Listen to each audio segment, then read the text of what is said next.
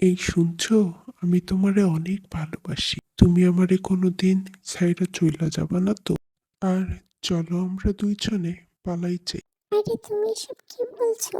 এখন পালিয়ে যাওয়া যাবে না তো। মাথা তোমার ঠিক আছে তো? আর আমিও তোমাকে অনেক ভালোবাসি, কোনোদিন ছেড়ে যাব না। এখানে চুপি চুপি আমরা দেখা করতেছি, কেউ যদি একবার দেখে ফেলে আমাদের কি হবে বুঝতে। সমাজে অনেক কথা বলা বলি হবে, আর আমার স্বামী তো আমাকে মেরেই ফেলবে। তাহলে এই ব্যাপার, একজন আরেকজনের বইয়ের সাথে প্রেম লীলা করছে। দেখা হালাইছি কইয়া দিমু, দেখা ফালাইছি কইয়া দিমু, তুমি অন্যের বইয়ের সাথে প্রেম করেছ, তুমি ধরা খেয়েছ, তুমি পরকিয়া করেছ, তুমি ধরা খেয়েছ।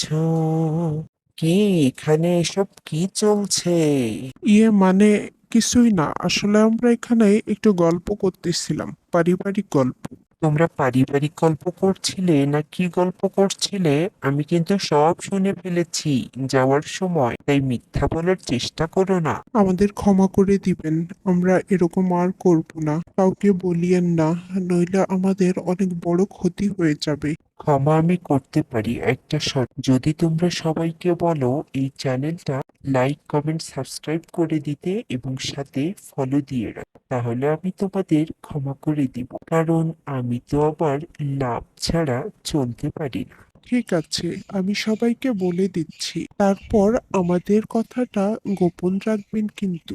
অবশ্যই, কেন নয়, তোমরা আমার কাজ করে দেবে আর তার বিনিময়ে আমি তোমাদের কথা কাউকে বলবো না। ব্যাস, হয়ে গেল। আচ্ছা ঠিক আছে, আমরা সবাইকে বলে দিচ্ছি, এতে আমাদের তাও যদি সম্মানটা রক্ষা পায়।